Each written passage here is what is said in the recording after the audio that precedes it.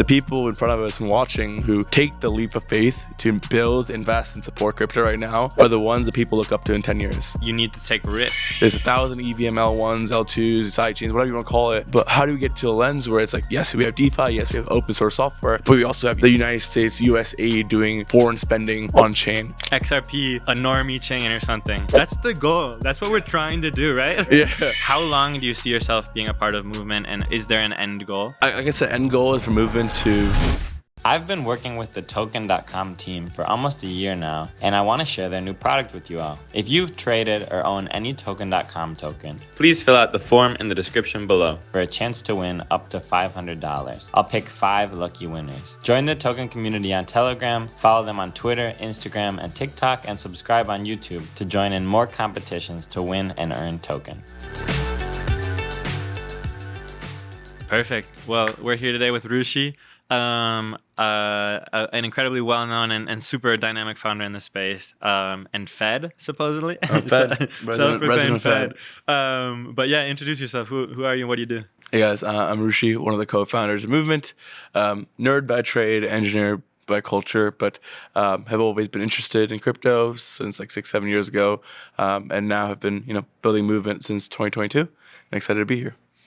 The first question, and I'll start off with like a slightly hot topic. There we go. Is your statement around like wanting to be involved with like policy and government in a big extent, and being kind of an extension of blockchain in the space. What's the theory there, and like how do you imagine that this provides like a strategic advantage for Movement? Well, when I posted that, there's a lot of like, hey, this is really cool, and there's also like, hey, this is like not crypto. What are you doing? So I take a step back, and principally I look at crypto and blockchain as two different things, right? Crypto is BTC, ETH, the tickers themselves, a distributed token supply, not controlled by any centralized entity. That's crypto. And you have blockchain, which is a distributed asset ledger where you can push data, send transactions. It is a peer-to-peer way to pay, transact and exist on chain. So I think the way I differentiate those two is saying crypto should always be free spirit. The principles of Satoshi and like everything that people got upset about, that is correct. No government, no entity, no individual should ever own all supply Bitcoin. No government should ever, run all of Ethereum. And that's not what really the advocacy was. But there is a really big market, and we've been discussing actually like Latin American developing regions where blockchains can help a lot of people. 1/3 of Argentina uses crypto. The Southeast Asia community, specifically Thailand, is looking to go through a digital asset revolution. I've actually been named as an advisor directly to Dr. T and the Thai Prime Minister, and really they're trying to go 0 to 1 in crypto. The Thai bot goes up and down 20% every year. Thai residents don't really have access to banking, so using Ethereum, you can get like micro loans via Aave. You can do stablecoin payments. So when I take a step back and kind of statement I made around like the future of crypto blockchains has to be geared towards institution enterprise. And that's not saying crypto should be enterprise of blockchains. Crypto blockchains need users, adoption, and that comes at the enterprise level. And what that looks like is like, how do we go and win these deals? Look at 07, 08, you had Microsoft, Facebook, all the big tech giants. They obviously built open source software that was social media, websites, or whatever, but they also locked in, DoD, the US Navy, these big contracts to scale their businesses. So similarly, I think crypto is like always gonna be free-spirited, but right now in the land of blockchains, there's a lot of fatigue. There's 1,000 EVM L1s, L2s, sidechains, whatever you want to call it, and there's not really much differentiation. It's just DeFi and DeFi and DeFi. But how do we get to a lens where it's like, yes, we have DeFi, yes, we have open source software, but we also have, the United States, USA doing foreign spending on chain, the Department of Government Efficiency looking at blockchains. So like, yeah, I understand the criticism, but important to know that crypto and blockchain are two different things. That's a really great perspective, and I was a little bit surprised to hear kind of some resistance from your perspective, because it makes sense. And we've had like people doing advocacy work for crypto at a government level, like Coin Center, for a long time, and those guys have always been viewed very positively in the space. I think the disconnect is like perhaps people like individuals with crypto ideals kind of tend to be have a particular political leaning, Yes, right? yes. And then so they're kind of a little hesitant to embrace the idea that like crypto, the industry is going to be interacting in a meaningful way with government. Yes. However, if you talk to founders, like one of the biggest issues across all founders, whether it's like the app layer, whether it's, you know, layer one founders, whatever, it's like regulatory issues. Yep. And to not be pushing on that front is like silly for the industry. Yep.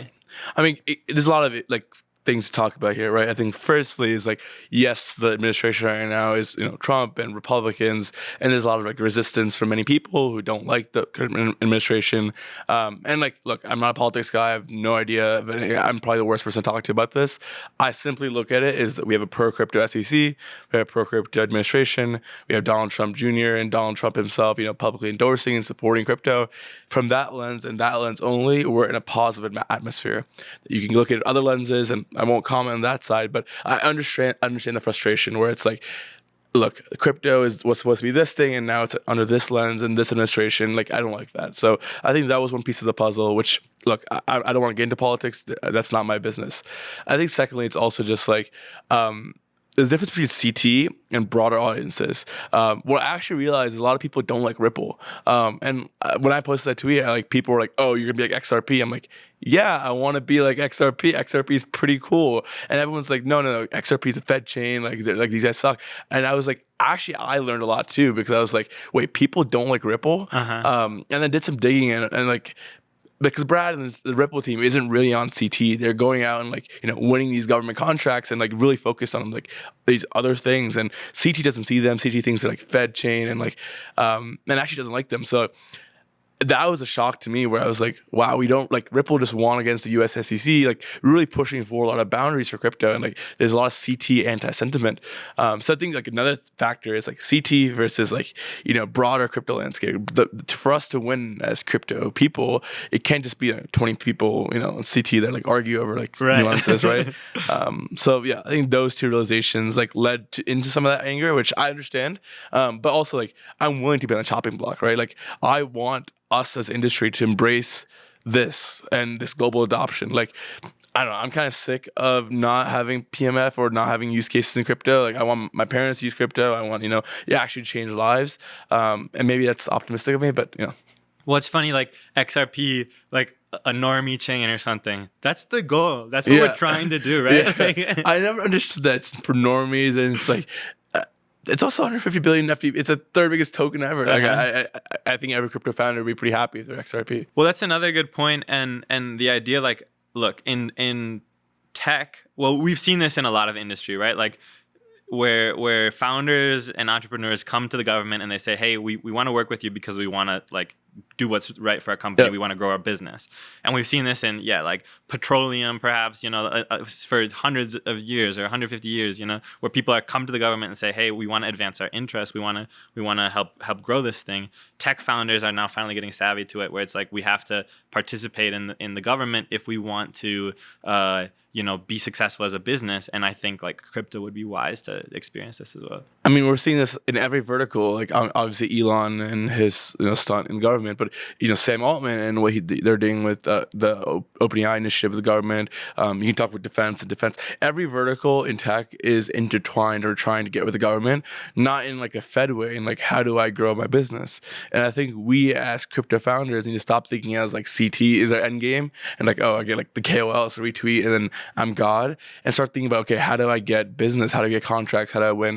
And like, I think in the next 10 years, and that's my bet, and that's probably controversial, which is the blockchains that are here in 10 years are thinking through like, hey, crypto is more than just CT. I want to be the de facto blockchain for the United States government. I want to be the de facto blockchain for Mercado Libre. I want to be the de facto blockchain for the Thai government. Like, these are things that like people in CT are thinking about. But like, as a founder, like once you know have launch token, once you have treasury and stuff, this is what you focus on. Right. Yeah, that Mercado Libre shout out is crazy. It shows you've been doing your research for LATAM, so that's really interesting to hear. Yeah, and I think like for founders, and I mean, you've probably experienced this firsthand in the last couple of weeks, where it's like CT, it's easy to let CT inform your actions, but it's the wrong approach. I mean, like, especially right now in the market, Bitcoin's under like what 80K, like 90K right now. People aren't really per se happy with the market, so when people are losing money, they look to point fingers. So as a founder, and if you're like here for a long term, you have to like deal with the punches. I think Tolly was probably the best at this. Like, I mean, for years, Solana was dogged on, and like Tolly was attacked, and like I think he had to get a bodyguard at one point. And now he got here, and still every day people come after him. I need to probably do a better job of like responding to punches as well. Interesting. So as a founder, like, have you're a famously young founder, right? Like the boy, the wonder kid who came out of Vanderbilt, right? Yeah. And raised money and has this incredibly ambitious vision. Like, what's that been like, right? Has it been tougher than you expected? How has it been different than you've expected? It's been fun, I would say. It's definitely like a living. It is my dream, right? This is like what I always wanted to do when I was high school, when I was always a kid. I think obviously there's always resentment because there's people who are older, people who haven't gotten success with their company, and they're just like, oh, this idiot kid, just like launched and like is successful, and they often come after like people often envy and then hate out of that. So I've had to deal with a fair share of that. And one thing about movement is that, like, obviously, like, as someone who's the face of the company and someone who, like, puts myself out there a lot, for better or for worse, like, I get a lot of the blessings, but I also get a lot of the cheap shots. But I think I've learned to really deal with that. I always say that crypto's a attention game. It matters on how much you can retain attention and build up attention. So even when I get attacked or I get FUD'd or whatever, I say like all FUD makes you stronger, because if you're not building something of substance, there's no reason to FUD you, right? If your company's not successful, if your company doesn't exist, if your company is like not making money, not doing well, there's nothing to like. You're not worth the CT's time. Whereas like if you're prominent, you're making moves, you're like doing stuff. Your job is to get FUD'd. And like you can look at like Barachain's launch, like people attack Smokey, and like and now they're obviously crushing it. You look at Solana, like and even like Cardano to an extent, right? Every great protocol has had periods of like extreme hate and detest, but you look at a 5-year lens, and that's what you need to like make the best of it. Mm-hmm. I think, some people, like, now you're at the head of a multi-billion-dollar organization, right? Which is insane. And you guys are still a startup, right? Yeah. You guys are far from what movement is going to become. And, you have a long journey to like realize your ambition here. However, you are taking some actions that like externally feel like, okay, this guy's made it, right? Like, trying to work with the government, an advisor in Thailand, something like that. Like, are you able to manage both of these responsibilities as like industry advocate, but also founder? It's difficult, right? Because it's like, you want to go, like, the ambitious vision is to like really make crypto like day to day. You want to have the .com effect, which means like I can't really play like the CT game. Like I don't really want Movement to be just entrenched in CT. I want Movement to literally be the de facto institutional and government blockchain, right? Which means like now, like last 2.5 years spent just on CT, trying to make a name of myself, getting like KOLs and whoever you want, like talking about us. But now, like once you have that, now you're trying to get beyond CT. Mm-hmm. For example, crypto only has 15,000 developers. How do we get to, Facebook, where Facebook has 3x the amount of developers just in Facebook than all of crypto, right? So you start thinking about how small crypto is and how small CT is, especially during bear markets where people are like really down bad, hate everything that exists. So honestly, it's very emotionally challenging, where you have like so many different buckets of things to do, and like some things can go wrong. But also is the job of a CEO, right? It's like your job to like organize yourself, and most importantly, hire people that can take stuff off your plate. So yeah, I think I've done a good job of that. One thing about, or you kind of touched on like the next generation of developers, entrepreneurs. You tweeted about this idea of like a CT or a crypto native kind of like Thiel Fellowship. Yep. And for those who don't know, the Thiel Fellowship is, founded by Peter Thiel, and he kind of, I think, paid people $100,000 to drop out of college. What's your vision for that, and why do you think it's so important? You look at the early, .com companies. Meta was built in like Harvard's dorm. Like Snapchat, Pinterest. Some like most of like the cool startups of the .com bubble were like younger people, ages between 19 to 25. Alexander Wang from Scale AI built one of the biggest AI companies, and he was like 22. And I think like for the next generation of crypto incumbents, you need youthful energy. You need people who are like at Stanford, Harvard, Berkeley, really smart engineers that have high risk. So crypto, like building companies, crypto is extremely risky, right? You're in a market that goes up and down 20% in one day.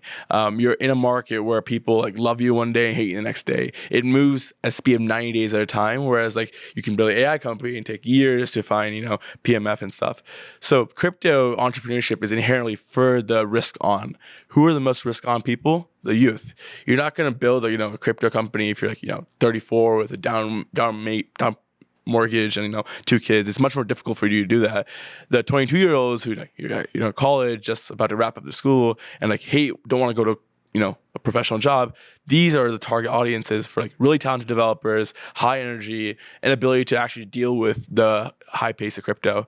So I think my vision was like, okay, I was able to achieve some form of success just by dropping out. My co-founder did the same, and what we noticed across the verticals is like the founder of Barachain, Smokey, he also dropped out of college as well, and he was a Teal Fellows actually as well. So actually, if you look at across the board, a lot of the top crypto founders are the college dropouts, young, and want to hire young talent.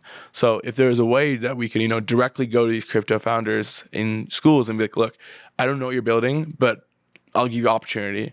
I think for me, when I was in college, I was like, I just wanted opportunity. I wanted an excuse to drop out, right? I needed some kind of stamp of approval of saying like, you know what, you have a shot of like becoming $1 billion company by taking a shot. And that doesn't really exist today. You have like Alliance DAO as accelerator, but it's not really focused on the youth. You have some so I think Sandeep has a program as well. But like a directed Teal fellowship where it's like, you'll drop out, you'll get 100K. Most importantly, the money is whatever.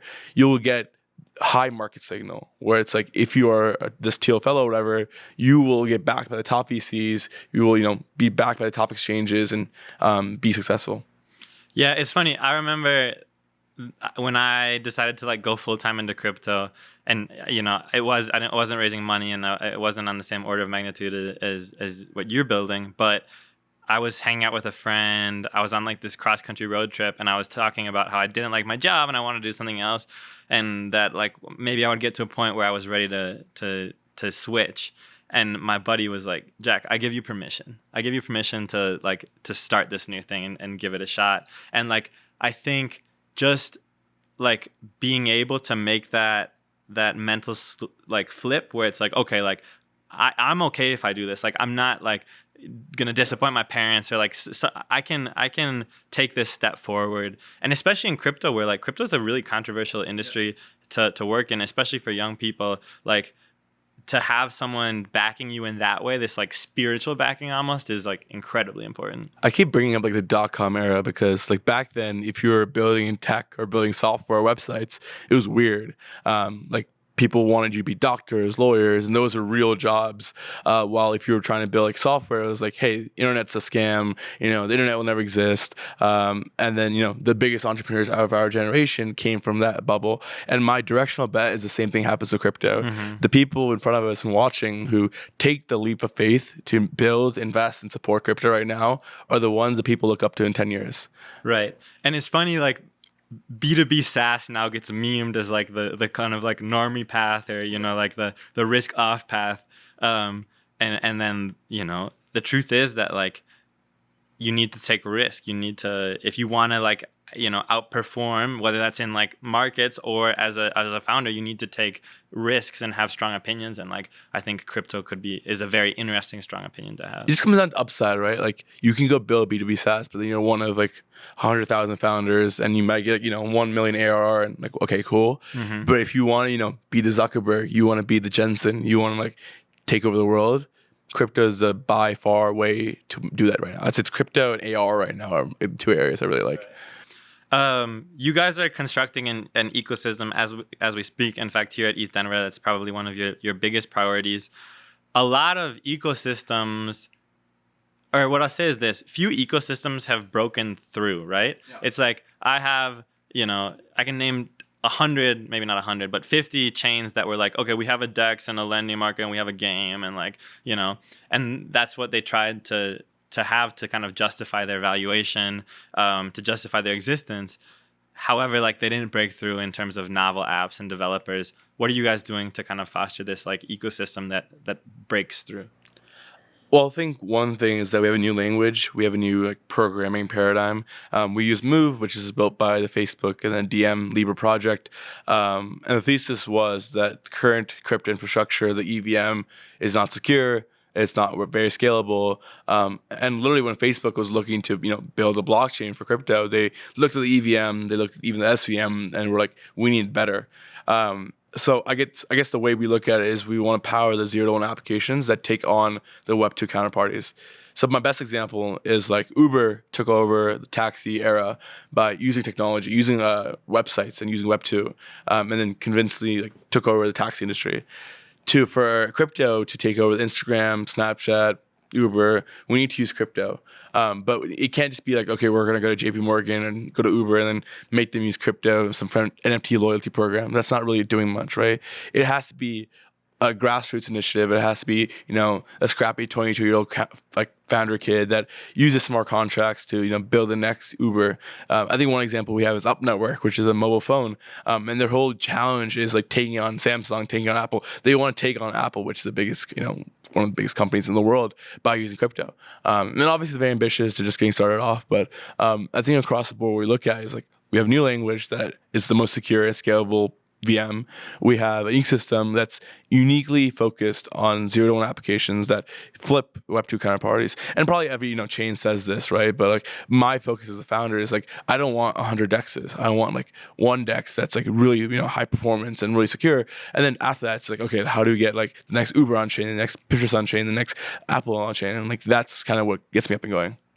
Interesting that you kind of like highlight Web 2 companies. Do you think like the disrupt a Web 2 company with a crypto project is an interesting value prop in and of itself? Look, there's two lenses that you can go at it. You can go to the Web 2 companies and pitch your technology, which is one route. And I think like Avalanche, like Solana has done a good job of this, like going PayPal, Visa, etc. That's I would say that's tops down approach. That usually moves slower. It's not as exciting. It's not as it's like pitching internet to Goldman Sachs. Like that happened. There are providers for that. And eventually Goldman Sachs converted, but like Goldman Sachs has been around for 100 years, right? And it was a very slow process.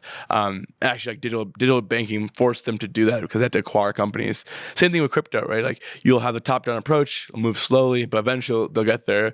But the exciting, the $1 billion companies, the next Zuckerbergs are going to be the grassroots initiatives that, kill the Ubers, kill the Pinterests, kill the Snapchats, and force, Web2 to take crypto seriously. Mm-hmm. You talked about like Move as a language, as a massive value proposition. You guys are not the only ecosystem.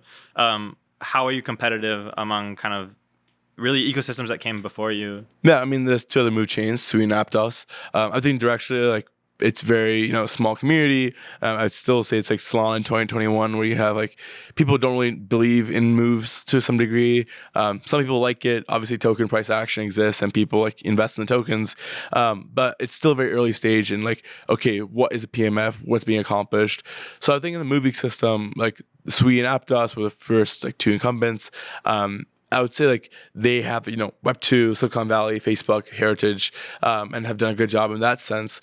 Movement is kind of like this, kind of young, eccentric, Ethereum like ecosystem attempt to bring Move to adoption. So I would say it's the most like Web3 native way. It's designed for the grassroots initiatives and focused on the ecosystem itself. So I would say it's very collaborative for the other Move chains. Like I view Sui and Aptos as partners, not necessarily competitors to a degree. Ultimately, everything's competitive with every chain. Like every L1, L2 competes. But Move is a directional thesis that needs multiple chains to win. Just like EVM needed multiple EVMs to solidify itself. Right. Why take the L2 route? Yeah, so I mean, we started off, the whole thesis was move to EVM and Ethereum. Like we wanted to bring the Move language to Ethereum and like get ETH as liquidity. I built the first DEX in Aptos in 2022. It had 30 million TVL on the chain, and the DEX had like 100K TVL. Liquidity was a big concern for alt L1s, and quite frankly still is today. Look at most Cosmos chains, there's pretty much nothing there. So our thesis was, okay, if we can bring ETH as an asset class to MOVE, you can now inspire millions of dollars in TVL. So we just did a cornucopia program. We have $250 million in TVL lined up, before even the full public mainnet goes live, which is something that Aptos didn't have and Sweet didn't have. So builders and movement, when they launch, would now have $250 million in TVL versus just cold start. And that's because we can accept EVM, ERC20, native ETH, and a bunch of like ETH DeFi on the chain. Mm-hmm. You brought it up, the idea that you guys came to market with the token before public mainnet. Obviously, a lot of criticism on social media. Talk to me about the decision. Yeah, I mean, I think like we had a unique architecture. In December when we launched, we needed like X amount of deposits on Ethereum. So we had like the first version mainnet where you could deposit MOVE and support like a post confirmation mechanism. And since then, like we've had people deploying. It's actually like a closed mainnet right now where you can deploy, and apps are live right now. We have 250 million TVL, which is puts us like top 6 of all Ethereum scalers in terms of TVL.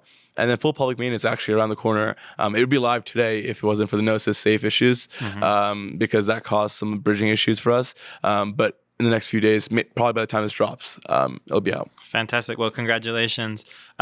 Another component of like really recent kind of CT sentiment is like against like VCs, high FDV, low float tokens. I think the VC perspective is that like big teams need funding. How do you accept VC funding? You have a high valuation and yet stay kind of like community aligned. Yeah, I mean like Solana raised, I would say, more than 200 million in venture capital from like Andreessen, Polychain, and a few of the folks. And I'd say their community is very vibrant. People have made money on Solana, people have made money on the ecosystem. So I think like a lot of the hate that happens for VC chains is mostly as a category. People hate like the high flow FTV. People don't really understand like what the valuations mean. And again, it's very like kind of isolated. Ultimately, big ecosystems do need capital to go out. Solana needed hundreds of millions of dollars to be Solana today. You look at every alt L1 like Monad, Bear, etc. They've all raised north of $200 million. So it's not like an unprecedented thing to raise large treasuries and have foundation money. A lot of the events you see today, a lot of the marketing, a lot of the partnerships are very expensive. For example, custodians cost millions of dollars a year that no one really sees. So it's quite easy for a CT to hate on infrastructure, and you start looking to how do you build a blockchain. Just having a custodian for your chain costs north of $3 million to $4 million a year, which means like you kind of need money. I guess like a counter argument there would be Solana came to market via a coinless sale at like 1/800th of its current valuation. Yep. I mean like there's also a different time, right? Like as ICOs and like you think these things are possible. I mean, ideally like ICOs were around today and like it was very easy to do that, but obviously there's been regulation issues. So the new model kind of spawned as a result of ICO problems. I think if we go back in time, everyone would want to do ICOs and like go back to ICO season. But it's a different market, and I think as a founder, you adapt to what the market says. What does winning look like for you guys? This goes back to like the kind of government institutional play. Like I don't really get excited. I'm probably not the best, DeFi guy. I don't really get excited by building another DeFi chain on Ethereum that has like 500 million TVL but no users. I really want people to use crypto. I really want governments, institutions, like my mom, family to use crypto. And I'm fine spending all my time lobbying, going to developing countries and working with politicians because that's what makes me excited. How do I get moving to be the digital asset ledger for the digital bot? How do I get moving to be the gateway payments rail for Kenya and Southeast Asia? It's very difficult to accomplish these things because everyone kind of says they're doing it and then like announces a partnership and then does like a cool video and then leaves. It's why we haven't really seen more than 20,000 crypto developers. It's why we haven't seen actual crypto apps. Like I think besides Polymarket and like Pump Fund, if you want to call that an app, there's not any crypto apps per se. So like look, I'm kind of sick, and I think a lot of the crypto industry is feeling being jaded in the lack of PMF. And this is coming from someone that like we're a fresh ecosystem, but like I don't want to be another Arbitrum Optimism. Like these guys have already had chains that are good for their own things. Like I think we have our own edge in being young. We're challenging the norm and doing things our own way, which means a lot of criticism, but also the ability to actually go in. Do you see yourselves as collaborative with ecosystems like the ones you mentioned, Arbitrum, Optimism, or even like Ethereum? If you look in the short term, everything's competitive with each other, like token prices, there's only X amount of volume, TVL is very predatory. In the short term, you can argue that. In the long term, we all need each other to live, right? Especially Ethereum has been kind of going through this identity crisis where all the L2s fight each other, even though it's like one ecosystem. And I think that's actually why Solana has done phenomenal where it's just one unit. But I think regardless, like, I don't look at anyone as a competitor. That's why I never really come out of the gate and attack anyone. Because for us to succeed, it needs to be beyond CT. It needs to be beyond token prices. It needs to be like, okay, I want crypto to be used to literally unbank. Like the whole mission why we all got excited was to bank the underbanked, right? And I feel like we've deviated from the norm into like meme coins, into extractive behavior, and that is natural for any early industry. But now it's time to get our shit together. It's time to we have a pro-crypto administration, we have technology, we have infrastructure. So it takes people like you and me hopefully to actually get this shit done. Right. Do you think like from a top level like chain perspective that you guys can drive that forward, or is the developer like app ecosystem more important? In the short term, it's probably chain driven because we don't have apps. In long term, it's app driven. Movement's goal is to not be mentioned in 5 years, in 5-6 years. If people are still talking about movement in 6 years, we have failed. It's like why people don't talk about Postgres DB, right? But it powers pretty much every app in the world, right? If we're still talking about L1s, L2s, like side chains, if we're still talking about oracles and infrastructure and interop, if I have to do another modular versus monolithic panel in 5 years, we're fucked. Right. Yeah. Yet you've still built infrastructure, right? Like you're bullish on this one side of the thing. You built infrastructure. Why did you make that decision? 2022, 2023. I think we're still in the era of infrastructure needed help. Ethereum L2s were still slow.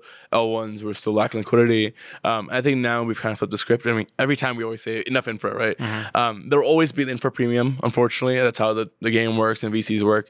The infra trade will always exist. And that's how it is in traditional tech, right? There's always, the new AI model. You have Claude, OpenAI, DeepSeek, all competing, and billions of dollars of venture funding going in infrastructure. So the infrastructure game will always exist. You're always competing to make better and better infrastructure. But you do now need applications because now it's like we have a lot of L1s and L2s. We have a lot of competition. Like the way L1s and L2s win is by having apps. And yeah. You're a really young guy, as we mentioned. In a lot of, crypto is really a young industry in general. Like, how long do you see yourself being a part of Movement, and like, is there an end goal?